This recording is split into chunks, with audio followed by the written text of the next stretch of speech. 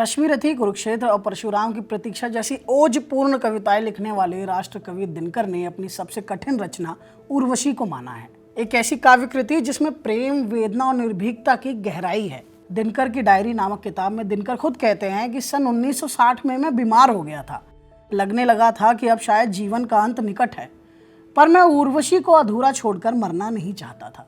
इसलिए मैंने ज़बरदस्ती लिखना शुरू किया। यही लिखते लिखते मैं गंभीर समाधि में जाता तो बेहोशी छा जाती। डॉक्टर ने कविता ना लिखने के लिए कहा, पर मैंने कहा अब तो प्राण का मोह नहीं, बस किसी तरह ये कविता पूरी करनी है। डॉक्टर ने मुझे बेहोशी जैसा महसूस होने पर थोड़ा सा शहद चाटने के लिए कहा।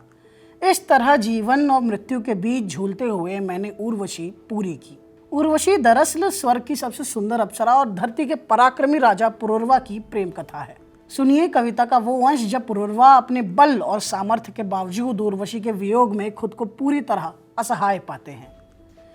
मृत्यु मानव के विजय का तूर्य हूँ मैं, उर्वशी अपने समय का सूर्य हूँ मैं।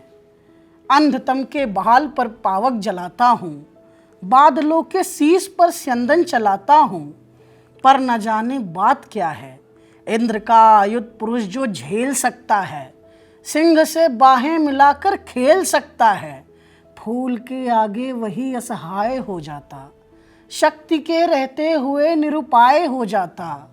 विध्व हो जाता सहज बंकिम नयन के बाण से, जीत लेती रूप सी नारी उसे मुस्कान से।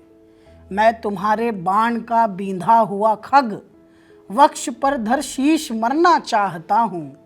मैं तुम्हारे हाथ का लीला कमल हूँ, प्राण के सर में उतरना चाहता हूँ।